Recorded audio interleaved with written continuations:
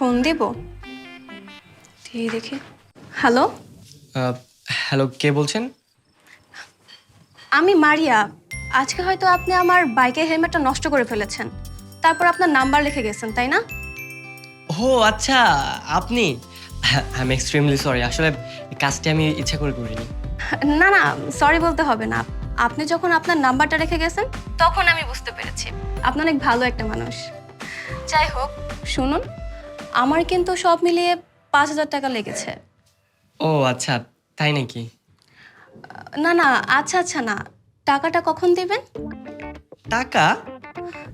আপনি তো আমার হেলমেটের জরিমানা দেওয়ার জন্যই নাম্বারটা রেখে গেছেন, তাই না? ও আচ্ছা আচ্ছা, আপনি ঠিকই ধরেছেন। হ্যাঁ হ্যাঁ, জরিমানা তো দিবই আমি, সমস্যা নেই তো। তাহলে আপনি এক কাজ করুন, আমার বিকাশে আপনি টাকাটা পাঠিয়ে দিন। কিন্তু আমি তো টাকাটা সরাসরি দিতে যাচ্ছিলাম। আমরা তাহলে আগামীকাল দেখা করি। সরাসরি? আসলে আমি তো বাসা থেকে তেমন বের হই না, তাই আমি দেখা করতে পারবো না।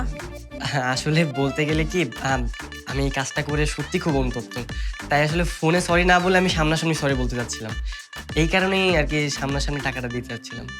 আচ্ছা, আপনি যেহেতু এত করে বলছেন, তাহলে ঠিক আছে, আমি কালকে বের হব। আচ্ছা ঠিক আছে। তাহলে আগামীকাল দেখা হচ্ছে। ঠিক আছে, আমি তাহলে এখন রাখি।